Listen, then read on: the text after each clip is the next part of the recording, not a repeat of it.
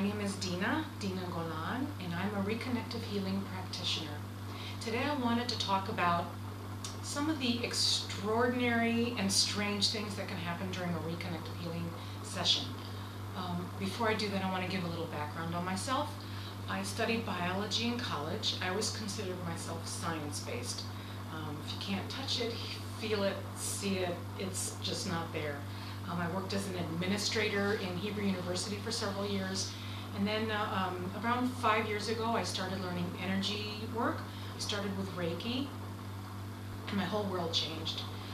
The first time I used Reiki on someone, I immediately saw changes in them, and almost everyone I worked on fell asleep, which for me was strange, but not what I was going to talk about the sessions in Reconnective Healing. So sometimes you can hear, feel, touch, taste, smell very strange things during a Reconnective Healing session, and that's what I wanted to talk about. I do a lot of exchange healings with a lot of practitioners who are here in Israel, and some very strange things have happened to me and have happened to the people I've done it on, and I'll start with the things that I have felt when I've done the exchange healings. When the sessions are done on me, almost always the first thing I feel is a very heavy blanket on my chest. I felt hands on my arm. I felt little hands digging around in my stomach area. I've heard knocks on tables in the room. I heard it sounded like a mechanical sound, scraping, and then it sounded like a bottle with a metal screw top opening up and someone drinking from it, and a practitioner said that he did not drink during the session. I felt knocks on the table. In fact, the practitioner that did the session on me, he told me before he started the session, he told me that many of his clients have told him that it's not professional to knock into the bed, and he says it's not him. He knows where the bed is, and he never knocks into it.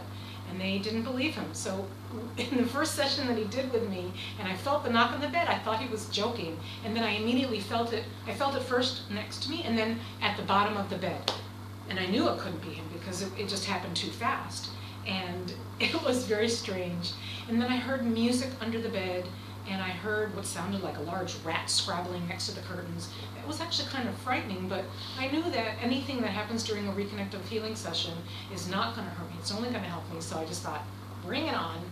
And so what's interesting with that particular session, I was curious as to whether the practitioner would hear and feel the same things that I did. I also felt a presence of someone right next to me. So I did a brief session on him afterwards, and he said that he felt also someone right next to him, only he felt someone's eyes on him, and he wanted to turn and look at the person, but he knew that if he did that they wouldn't be there. He also heard knocks, and he heard strange sounds. So, and it's kind of interesting because I always assumed that the sounds and things that we feel are our own spirit guides. And when we talk about spirit guides, this is also something that I was always very skeptical about everything when I learned healing. So when they talked about spirit guides, I thought, oh yeah, right.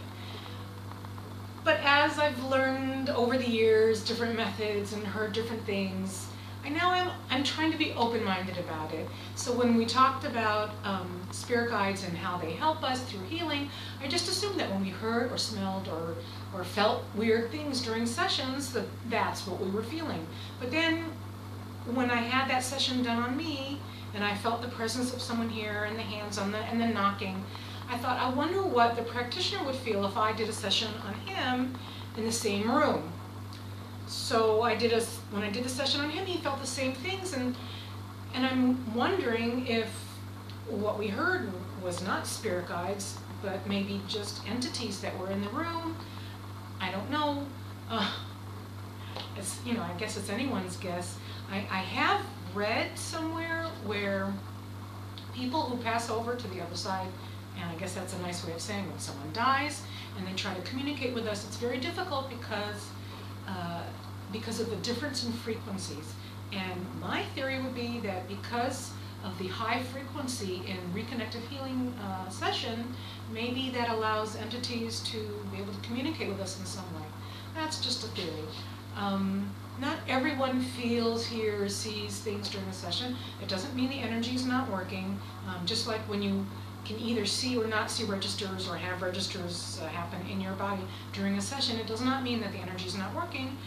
Everyone is different in their reactions in their body. So if you don't hear or feel or see something, it doesn't mean that you didn't get a good session.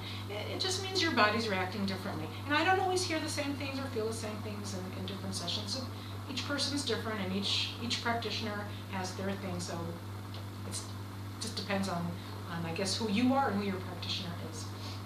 Now, if you want a Reconnective Healing session, you can go to Dr. Eric Pearl's website. He's the one who teaches it, and it's www.thereconnection.com. He has a directory of practitioners there, and they're from all over the world. He's had many seminars in the United States, and I know there were many, many seminars in Israel, and there are many practitioners here, and he's taught all over Europe. So wherever you are, you can look up a practitioner near you, and if you have a connection, when you look into the directory and you feel a connection with someone, that probably should be the one you go to. There are also distance healings, so it really doesn't matter how close they are to you. But if you want it one-on-one in the same room, then you can just look it up. So I want to thank you for listening, and I'd love to hear any stories about weird things that you've seen or heard or felt during sessions too. So thank you for listening. Bye-bye.